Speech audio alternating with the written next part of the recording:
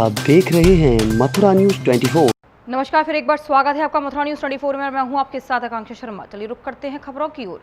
उत्तर प्रदेश के जनपद अलीगढ़ एएमयू में एक वेबिनार में तुर्की की गिरसेन विश्वविद्यालय की प्रोफेसर हिलाल शाहीन को आमंत्रित किए जाने पर भाजपा नेता ने कड़ा ऐतराज जताया है। भाजपा नेता डायरेक्टर नीतीश शर्मा का कहना है कि एएमयू के अंदर वेबिनार का विषय तुर्की, भारत और महात्मा गांधी के खिलाफत आंदोलन के आलोक में था। वेबिनार आयोजन की अध्यक्षता अलीगढ़ मुस्लिम यूनिवर्सिटी के vice chancellor professor Tariq Mansoor ने की थी। भाजपा नेता ने एएमयू के खिलाफ एक शिकायती पत्र मानव संसाधन मंत्रालय को पत्र लिखते हुए पत्र के माध्यम से मांग की है कि मानव संसाधन मंत्रालय जांच समिति बनाकर वेबिनार की अध्यक्षता करने वाले और आयोजकों की जांच की जाए। देखिए, दिनांक 13 अगस्त 2020 को अलीगढ़ मुस्लिम विश्वविद्यालय द्वारा एक वेबिनार का आयोजन किया गया।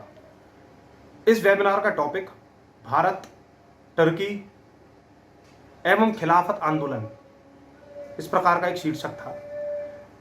इस वेबिनार को स्वयं अलीगढ़ मुस्लिम विश्वविद्यालय के वाइस चांसलर लीड कर रहे थे, इसकी अध्यक्षता कर रहे थे, तथा तुर्की की एक यूनिवर्सिटी की प्रोफेसर को इस वेबिनार में आमंत्रित किया गया अपने विचार व्यक्त करने के लिए। यह सर्वविदित है कि किस प्रकार से वर्तमान में तुर्की हर वह निर्णय ले रहा है जो भारत के विरोध में है और हर वह निर्णय ले रहा है जो पाकिस्तान के समर्थन में है।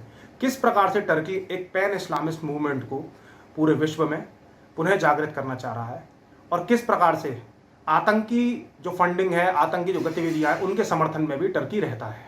कुछ ऐसी एनजीओज हैं जो भारत में कार्य कर रही हैं भारत विरोधी गतिविधियों के लिए, उन एनजीओज की फंडिंग करना भी तुर्की का कार्य है। दूसरा विषय यह आता है कि खिलाफत आंदोलन, यह वही खिलाफत आंदोलन है जिसके कारण भारत का विभाजन हुआ, नरसंहार हुआ, पूरे विश्व में नरसंहार हुआ, चाहे वह अर्मेनिया का विषय हो, चाहे मालाबार का विषय हो। दक्षिणी भारत में कई जाने गई और कई इस्लामिक कट्टरपंथियों द्वारा गैर मुसलमानों को मार दिया गया। यह खिलाफत आंदोलन पुनः जीवित हो, एक तंत्र इसके लिए कार्य कर रहा है। अलीगढ़ मुस्लिम विश्वविद्यालय के अंदर इस प्रकार की गतिविधियां करना, इस प्रकार की वेबिनार आयोजित करके कहीं ना कहीं खिलाफत 2.0 की तैयारियां शुरू करने का एक संदेश दिया जा रहा है। हम देख रहे हैं किस प्रकार से एक भारतीय अभिनेता आमिर खान, जो वर्तमान में तुर्की जाकर वहां के शासक उसके परिवार से मिलकर, किस प्रकार से, अगर हम जाकिर नायक की बात करें और आमिर खान की बात करें, दोनों की गतिविधियां कहीं अलग नहीं है। आमिर खान एक सॉफ्ट वर्जन है कहीं ना कहीं जाकिर नायक का। यह गतिविधियां उजागर होना आवश्यक थी और इसी क्रम में इसी विषय पर मेरे द्वारा एमएचआरडी को एक पत्र लिखा गया है कि जिस प्रकार से जो वेबिनार आयोजित हुई है और किस उद्देश्य से आयोजित हुई है, इसकी एक जांच की जाए और जो इसके आयोजक थे, इसमें स्वयं जिसकी अध्यक्षता अलीगढ़ मुस्लिम विश्वविद्यालय के वाइस चांसलर कर रहे थे, वह लोग दंडित हों, क्योंकि यह भारत की आंतरिक सुरक्षा का विषय है और एक शैक्षणिक संस्थान में कट्टरपंथी विचारधारा फैलने का विषय है। उत्तर प्रदेश के जनपद अलीगढ़ में अयोध्या में भूमि पूजन के समय श्री राम मंदिर के घर में आरती करने और रक्षाबंधन पर रामलला को राखी भेजने वाली भाजपा की मुस्लिम नेत्री के अलीगढ़ शहर के अंदर पोस्टर चिपकाए गए हैं, जिसके बाद भाजपा नेत्री रूबी आसिफ ने मुकदमा दर्ज करने के लिए थाना दहली गेट में तहरीर दी है। दहली गेट इलाके की एडीए कॉलोनी शाह जमाल की रहने वाली रूबी आसिफ खान भारतीय जनता पार्टी की महावीरगंज मंडल महिला मोर्चा की अध्यक्ष है। दरअसल रूबी आसिफ खान ने 30 जुलाई को श्री रामलला को राखी भेजी थी। 5 अगस्त को जब अयोध्या में श्री राम जन्मभूमि मंदिर का भूमि पूजन हुआ था, तब उन्होंने अपने घर पर अन्य महिलाओं के साथ अपने घर के अंदर आरती और पूजा की थी। अयोध्या भूमि पूजन के दौरान 5100 रुपये का चेक राम मंदिर ट्रस्ट को भी रूबी आसिफ खान ने भेजा था। वहीं रूबी आसिफ खान का आरोप है कि अब इन्हीं बातों को लेकर कुछ लोग उन्हें जिंदा जलाने और जान से मारने की धमकी दे रहे हैं, जबकि रूबी आसिफ खान को इस्लाम से खारिज किए जाने की धमकी भी दी जा रही है। थाना दिल्ली गेट के क्षेत्र के लोगों ने मोहल्ले में और आसपास के क्षेत्र में पोस्टर लगवा दिए हैं, जिन पोस्टरों पर रूबी के पूजा करते हुए फोटो छपवाकर ऊपरकोट इलाके के दीवारों पर चस्पा कर दिए। पोस्टर पर लिखा है कि रूबी और नरगिस ने मंदिर निर्माण की खुशी में अपने घर में पूजा की, ऐसे लोगों को इस्लाम से खारिज करो। रूबी आसिफ खान है, महिला मोर्चा महावीरगंज की बहुत कार्यकर्त्री हैं और मंडल मंत्री भी हैं महावीरगंज मंडल की, जिन्होंने श्री राम जन्मभूमि का जो भूमि पूजन हुआ था उस पर पूजा अर्चना की थी, जो सामाजिक समरसता का एक उदाहरण था, अच्छा उदाहरण था। लेकिन कट्टरपंथियों को ये पसंद नहीं आया और उनको तरह तरह से प्रताड़ित किया जा रहा है, जो कि स्वतंत्रता की अभिव्यक्ति पर बहुत बड़ा कुठाराघात है। और हम उसका पुरजोर विरोध करेंगे और जितना भी होगा कानूनी प्रक्रिया अमल में लाई जा रही है। ये 5 तारीख को जो राम मंदिर की नींव रखी गई थी, उसकी खुशी में मेरी वाइफ रूबी आसिफ खान ने भव्य राम मंदिर की खुशी में एक पूजा अर्चना की थी अपने घर पे कुछ महिलाओं के साथ। उसका कुछ लोगों ने विरोध जताना शुरू कर दिया है।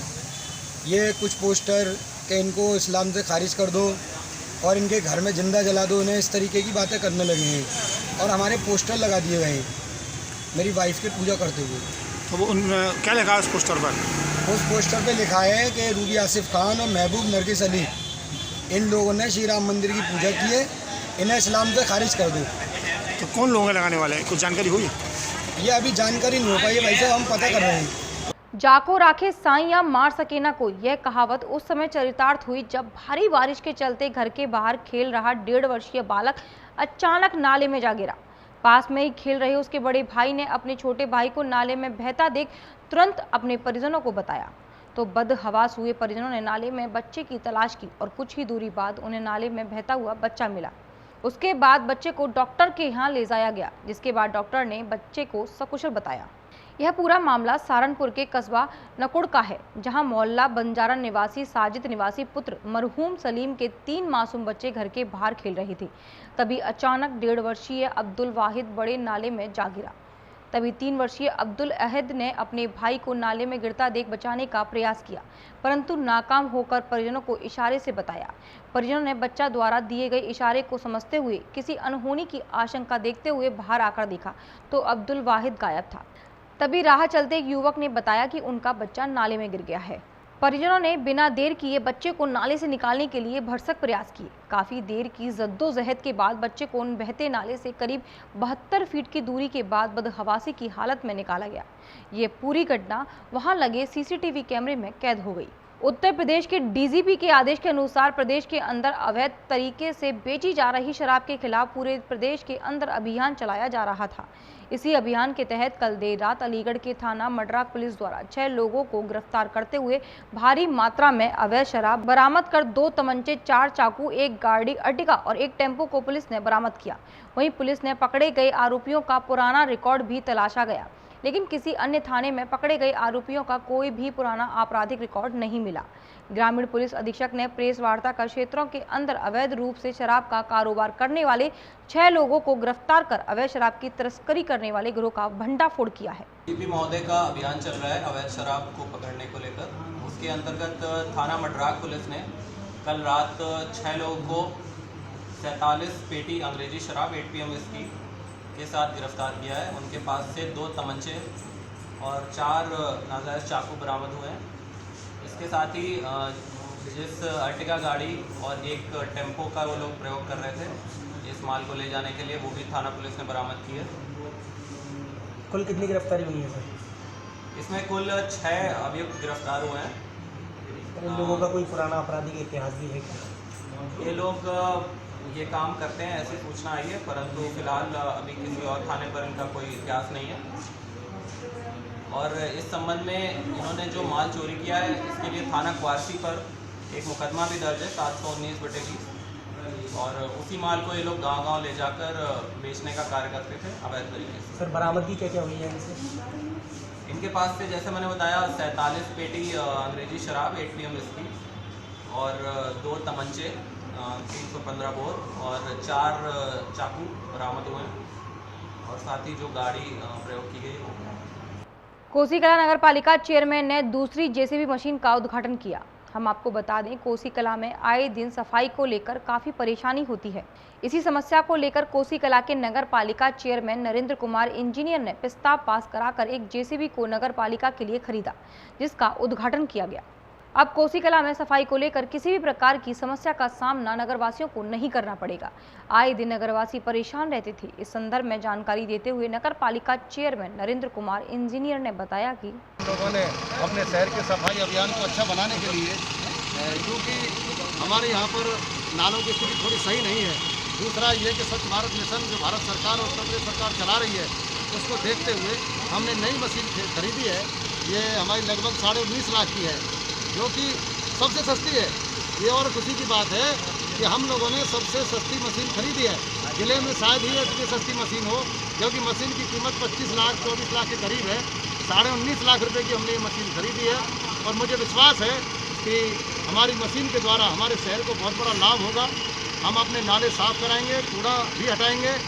जिला कलेक्टर डिडेल बुधवार को सूचना केंद्र के मीटिंग हॉल में नगर निगम द्वारा इंदिरा रसोई योजना के संबंध में एक प्रेस वार्ता आयोजित की गई। प्रेस वार्ता के दौरान मीडिया कर्मियों से रूबरू होते हुए कहा कि इंदिरा रसोई योजना के तहत गरीब, बेसहारा एवं जरूरतमंद लोगों को 8 रुपए में सुबह का भोजन एवं 8 रुपए में शाम का भोजन मिलेगा, जिसका समय प्रातः 8:30 बजे से दोपहर 1 बजे तक एवं साय 5 बजे से रात्रि 8 बजे तक आकर कोई भी व्यक्ति खाना खा सकता है, साथ ही अपने परिवारजनों के लिए पैकिंग भी करा सकता है। उन्होंने बताया कि जिले में नगर निगम क्षेत्र में इंदिरा रसोई एवं 11 नगर पालिकाओं, जिनमें उज्जैन एवं सीकरी की नवसृजित नगर पालिका भी हैं, जिनमें एक इंदिरा रसोई का संचालन चयनित संस्था द्वारा किया जाएगा, जिनमें नगर निगम क्षेत्र की प्रत्येक रसोई में 300 थाली सुबह का भोजन एवं 300 थाली शाम का भोजन तथा नगर पालिकाओं में 150 थाली सुबह का भोजन और 150 थाली शाम का भोजन की क्षमता का सृजन किया गया है।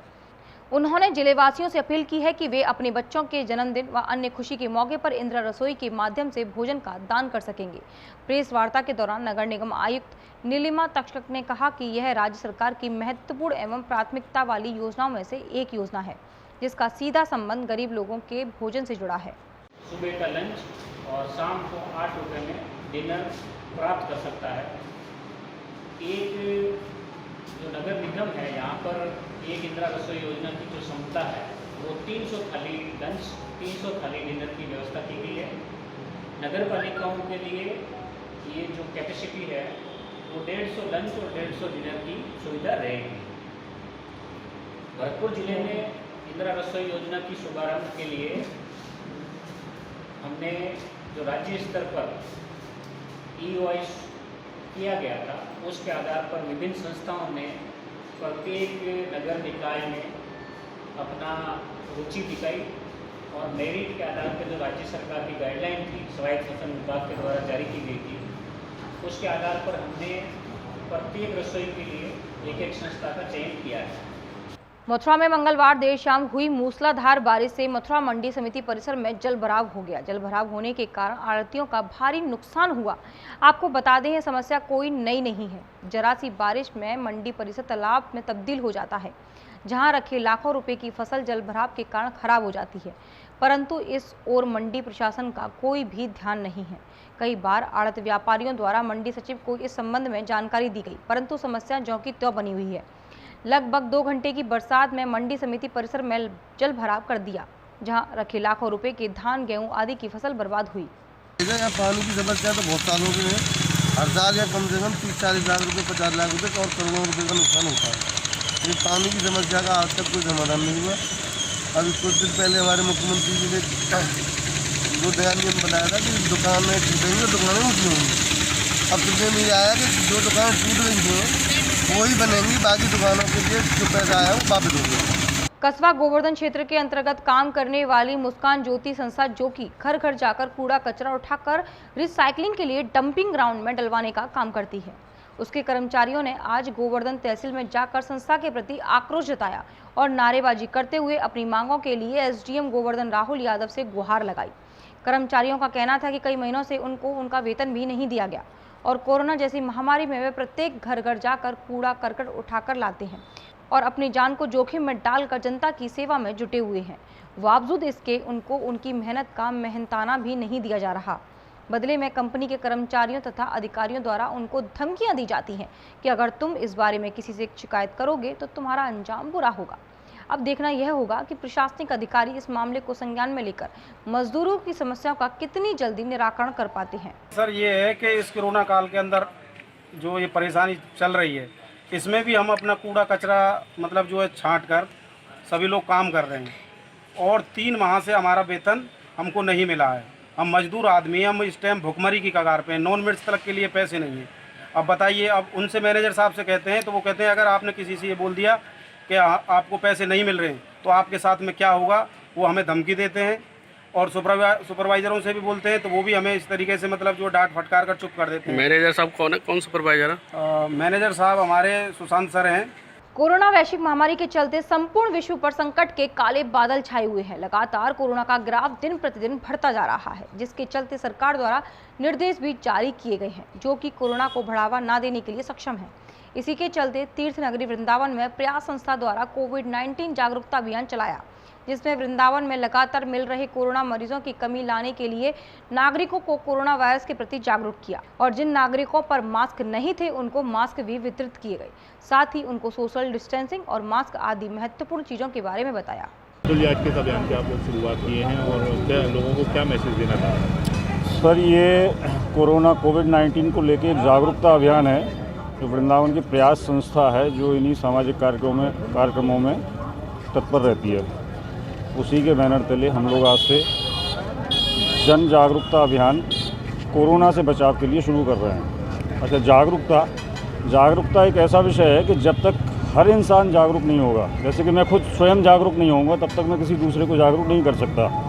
अलीगढ़ के थाना गांधी पार्क इलाके के कावेरी कॉलोनी के रहने वाले एक युवक द्वारा राष्ट्रीय हिंदू युवा वाहिनी व्हाट्सएप ग्रुप के अंदर हिंदू देवी देवताओं को लेकर टिप्पणी की गई और बौद्ध धर्म की अच्छाइयां बताते हुए ग्रुप के अंदर हिंदू धर्म को नीचा दिखाने की कोशिश की गई। दरअसल थाना गांधी पार्क के कावेरी इको बी दास कंपाउंड औरंगाबाद में रहने वाले अखिल भारत हिंदू महासभा के महानगर महामंत्री अभिषेक गुप्ता राष्ट्रीय हिंदू युवा वाहिनी ग्रुप के व्हाट्सएप ग्रुप में जुड़ा हुआ है। जब अभिषेक गुप्ता द्वारा व्हाट्सएप ग्रुप को चेक किया जा रहा था, उसी दौरान ग्रुप के अंदर देखा कि भानु प्रताप सैनी द्वारा ग्रुप के अंदर बौद्ध धर्म और हिंदू धर्म को लेकर एक पोस्ट ग्रुप के अंदर साझा की गई थी, जिस लेख में भानु प्रताप सैनी ने हिंदुओं के देवी देवताओं श्री राम, पवित्र ग्रंथ रामायण, श्री कृष्ण, गणेश, माँ दुर्गा आदि के बारे में काफी आपत्तिजनक तलख तथा अभद्र शब्दों का इस्तेमाल किया, जिसमें हिंदू देवी देवताओं को टिप्पणी करते वक्त काल्पनिक बताया गया। वहीं कहीं ना कहीं बौद्ध धर्म और हिंदू धर्म के बीच टकराव करने वाली बात है, जिसमें भानु प्रताप सैनी ने बौद्ध धर्म की अच्छाइयां बताते हुए हिंदू धर्म को नीचा दिखाने की कोशिश की, जिससे हिंदू धर्म के लोगों की भावनाएं आहत हुई, जबकि इससे दोनों धर्मों के बीच टकराव की स्थिति पैदा होती है। व्हाट्सएप ग्रुप पर की गई टिप्पणी के बाद अखिल भारत हिंदू महासभा के प्रवक्ता ग्रुप पर टिप्पणी करने वाले युवक के खिलाफ तहरीर लेकर मुकदमा दर्ज कराने के लिए गांधी पार्क थाना पहुंचे। हमने एक व्हाट्सएप ग्रुप में हमारे महानगर महामंत्री अभिषेक गुप्ता ने देखा कि राष्ट्रीय युवा हिंदू वाहिनी करके ग्रुप है, उसमें जोड़ा गया है और उसमें भानु प्रकाश सैनी ने एक पोस्ट साझा की है जिसमें हिंदू देवी देवताओं के बारे में अभद्र भाषा का प्रयोग किया गया है। अभद्र एवं अश्लील भाषा के साथ साथ अनर्गल शब्दों का प्रयोग है। उनके बारे में ये लिखा गया कि वो काल्पनिक हैं। देवी देवताओं के बारे में अश्लील भाषा की शब्दावली जो है वो कहीं ना कहीं हिंदू धर्म और बौद्ध धर्म के बीच में टकराव पैदा करने वाली है। उन्होंने बौद्ध धर्म की बड़ाइयाँ करते हुए हिंदू धर्म को नीचा दिखाने की कोशिश की है, जिससे हमारी धार्मिक भावनाएं आहत होती हैं, जिससे दोनों वर्गों के बीच में वैमनस्यता पैदा होती है और टकराव की स्थिति पैदा होती है। इस संबंध में आज हम थाना गांधी पार्क पर मुकदमा पंजीकृत कराने आए हैं ताकि ऐसे लोगों के खिलाफ कार्रवाई हो और भविष्य में इस तरह की कार्रवाई, इस तरह की पोस्ट लिखने से लोग बचें। अभी तक के लिए सिर्फ इतना ही। मुझे दीजिए इजाजत, फिर मिलेंगे नई खबरों के साथ। नमस्कार।